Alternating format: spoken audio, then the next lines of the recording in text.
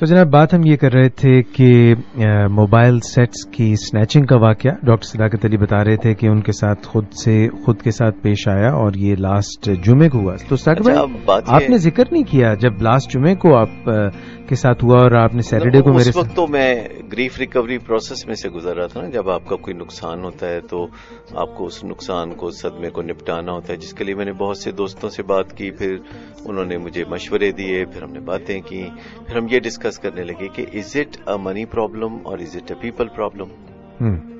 تو ہم نے جب دیکھا سوچا کہ پولیس کی مدد لیں, پھر کچھ نہ کہا لوگوں نے ایسے ہی جانے دو, پولیس نے کیا کرنا ہے, پولیس نے کچھ کرنا ہوتا تو پہلے نہ کرتی.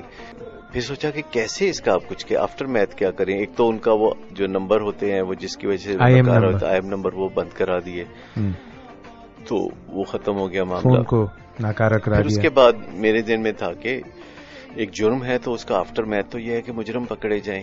تو جب مجھے پتا چلا کہ لوگوں سے مدد نہیں مل سکتی تو پھر میں نے کہا یہ لوگوں کا مسئلہ نہیں ہے تو کیا یہ پیسے کا مسئلہ ہے. تو پھر میرے ذہن میں آیا کہ اچھا ہم کرائم کنسٹرکشن کرتے ہیں, کرائم سین ریکنسٹرکشن کرتے ہیں, ٹیلی ویژن چینلز پہ چلاتے ہیں اور بتاتے ہیں کہ 2 آدمی ہیں جن کا یہ حلیہ ہے اور ایک آدمی ان میں سے کان میں سلور کی آدھے انچ کی قطر کی بالی پہنتا ہے جس کا رنگ سانولا ہے, جو 35-36 سال ہے, داڑھی مونچھ کوئی نہیں ہے.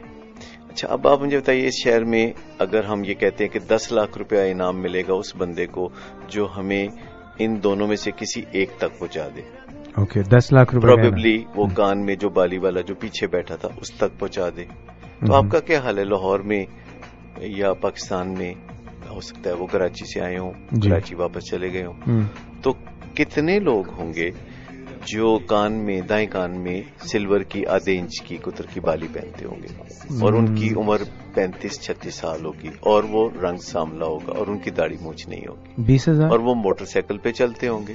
20,000 نہیں جائے, 20,000 بھی نہیں ہوں گے.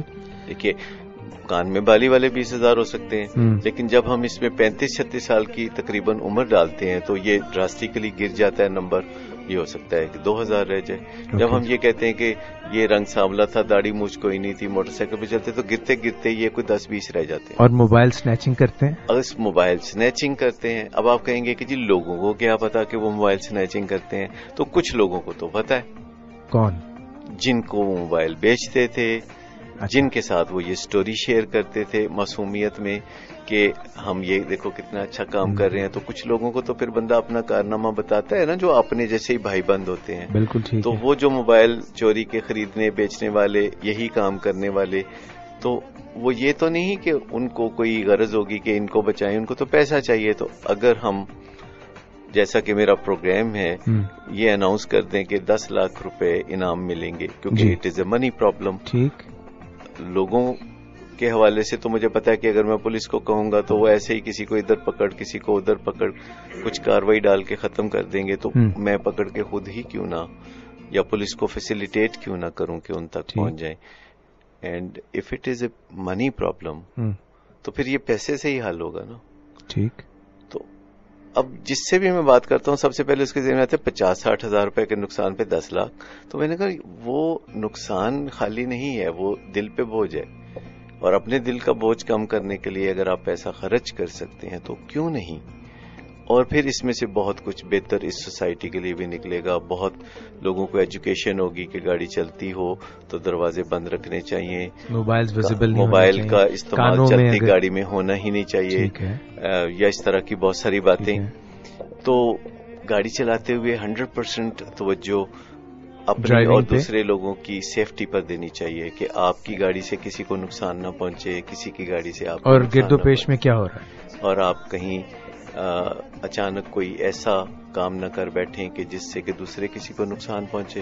تو یہ بہت کچھ اس میں نکلے گا. پھر اویئرنیس کریٹ ہوگی کہ معاشرے میں یہ کرائم ہو رہا ہے, کیسے ہو رہا ہے, گورنمنٹ کو احساس ہوگا. پھر ہو سکتا ہے کوئی کمپنی آ جائے جو موبائل والوں کی موبائل کی انشورنس کرنا شروع کر دیں. جب موبائل خریدا جائے تو اس کی انشورنس کی جائے. ہاں, پھر وہ جو کمپنی چاہے گی کہ موبائل چوری نہ ہو تو وہ کمپنی ان نیٹ ورکس کا سراغ لگائے گی کہ کہاں نیٹ ورک ہیں جو کیسے موبائل سنیچ کرتے ہیں اور کہاں بیچتے ہیں اور کہاں خریدتے ہیں. تو مثال کے طور پہ جب بھی کوئی موبائل خریدے تو اس کا کوئی رجسٹریشن ہو جائے؟ جیسے گاڑیوں کی رجسٹریشن ہوتی ہے، اور جب وہ موبائل کسی اور کے ہاتھ بکے تو جیسے گاڑیوں کی رجسٹریشن کا معاملہ ہوتا ہے تو کوئی محکمہ ہونا چاہیے کہ وہ اب وہ موبائل جو ہے، موبائل اتنا امپورٹنٹ چیز ہے، موبائل ایک بڑی ہی ڈینجرس ڈیوائس ہے، اس سے تو بم دھماکے کیے جا سکتے ہیں، اس سے تو بہت سے کرائم کیے جا سکتے ہیں، تو یہ صرف بونافائیڈ لوگوں کے ہاتھ میں ہونا چاہیے۔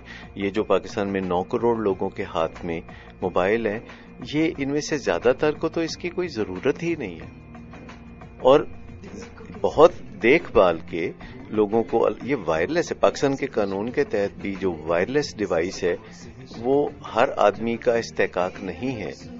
وائرلیس ڈیوائس کسی آتھرائز پرسن کا حق ہوتا ہے، تو اس کو یہ جو فری فار آل کیا ہوا ہے تو یہ بھی دیکھنا پڑے گا۔ تو بہت سے سوال اٹھیں گے جب ہم کرائم سین ریکنسٹرکشن کریں گے۔